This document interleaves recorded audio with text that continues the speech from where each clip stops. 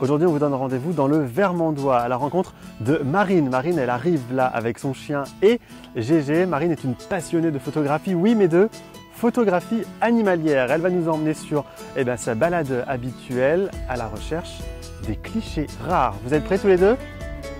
Parfait. Ravel est prêt? Ravel est prêt. Allez hop, c'est parti.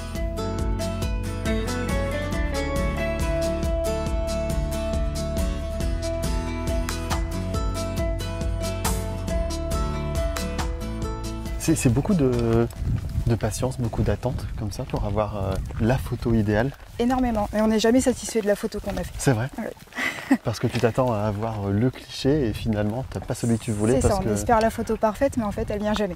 Oui, et en même temps tu peux pas commander l'oiseau, enfin, tu peux pas lui dire j'ai envie que tu sois comme ça, c'est ça? C'est ça, et c'est ça aussi qui est beau dans la photographie animalière en fait. Ouais. Tu fais ça quasiment tous les jours, tu te balades oui. et tu essaies de prendre des photos. C'est ça, tous les jours pour voir l'évolution des espèces. Là on est en période de reproduction. Les oisillons sont sortis, donc voir à peu près comment est-ce que ça évolue aussi. Ouais. Combien il te faut de photos pour que tu en aies une de réussie? Alors, sur chaque sortie, je fais en fonction des bonnes sorties, on va dire 300 photos et j'en récupère à peu près que 5. D'accord.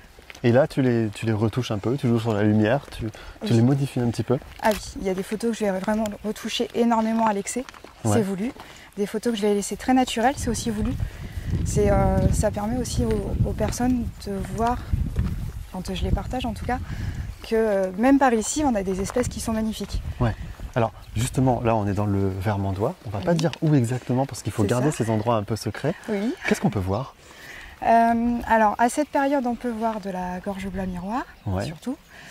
On peut voir de la fauvette grisette, de la fauvette à tête noire, ouais. De la rousserolle effarvate. Là, on entend les étourneaux sansonnés, donc il y en a pas mal aussi. Ouais. Mésanges bleues, mésanges charbonnières.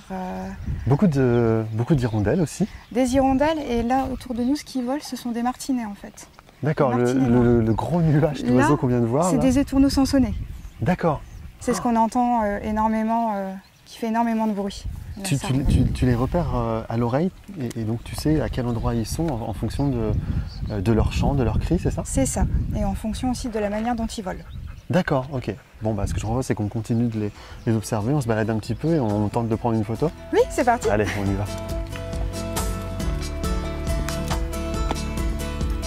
Voilà, alors maintenant Marie nous emmène sur un autre spot parce que c'est ça aussi cette passion de photographie animalière, c'est de se balader dans les champs et puis d'aller de spot en spot pour faire le meilleur cliché. Regardez, hop, elle y va avec Gégé et puis le chien évidemment, et moi je les suis et on se rejoint là-bas.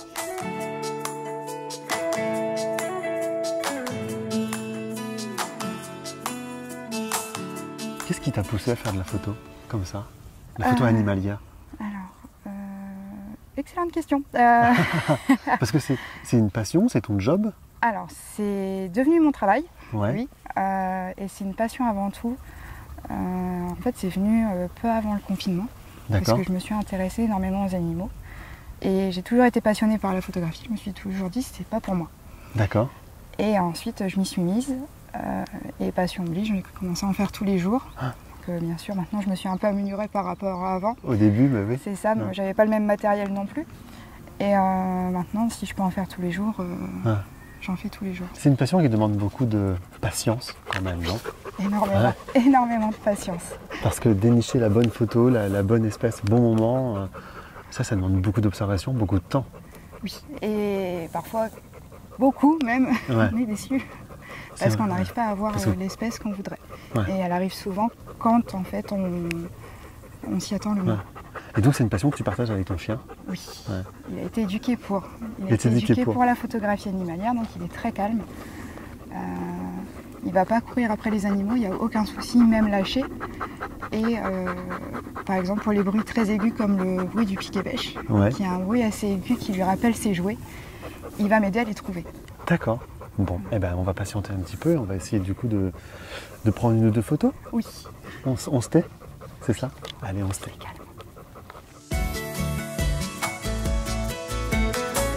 Bon, alors moi la patience c'est pas mon fort, je préfère laisser ça à Marine, voilà, je la laisse là quelques instants le temps qu'elle prenne sa photo et puis on la retrouve dans quelques instants, on va essayer de trouver des lapins maintenant. Allez, on y va.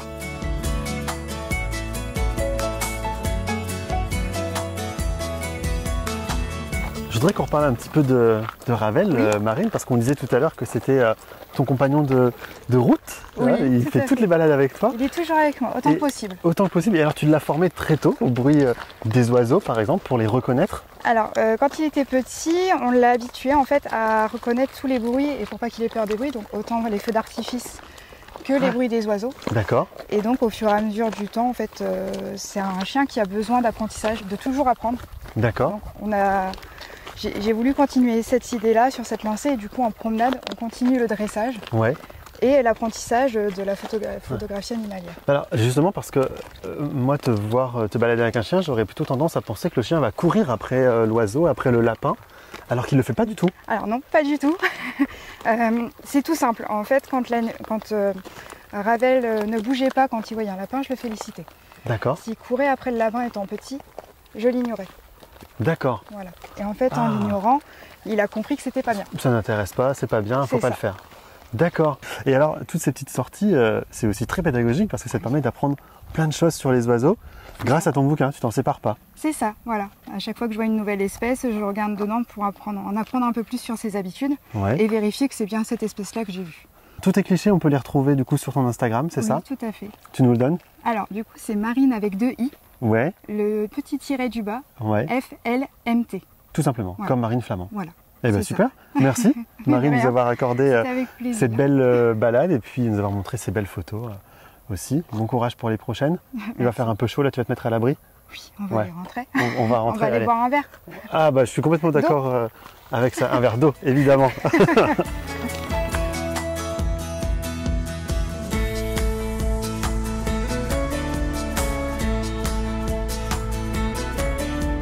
Alors ça y est, on a terminé notre boucle. Nous, on a fait 8 km. C'est ça, Marine?